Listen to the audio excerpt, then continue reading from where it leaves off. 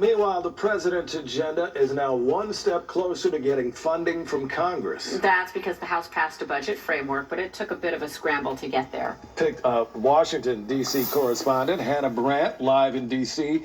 to explain why. Hannah, good morning. Craig, Kristen, good morning. There was so much Republican infighting over this that the Speaker of the House originally had to postpone the vote. But after some arm twisting yesterday, they got it across the finish line. On this vote, the yeas are 216, the nays are 214. The motion is adopted. In a narrow vote, the House passed a budget framework.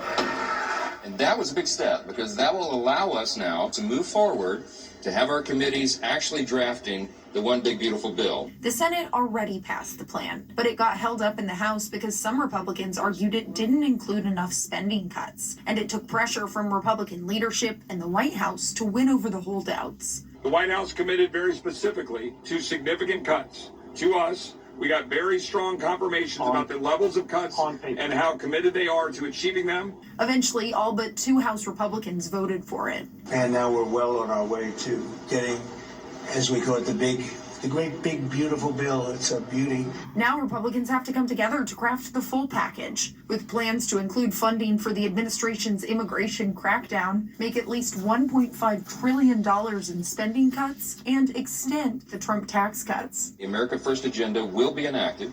President Trump's promises will be fulfilled. Democrats don't have the votes to stop the package, but they are vocally opposing it. It's going to bankrupt America. Bankrupt America. All so they can give these tax breaks to the billionaires.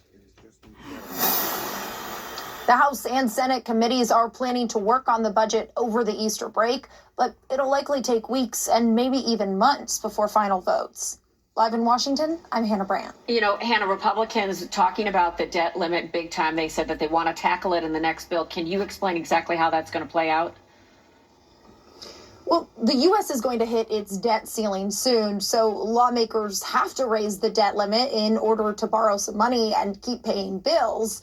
But the House and the Senate Republicans disagree over how much to raise the debt limit by, so that's something they're going to have to hammer out in the bill. All right, so it's not a done deal just yet. Thank you, Hannah. All right, time to get a check on our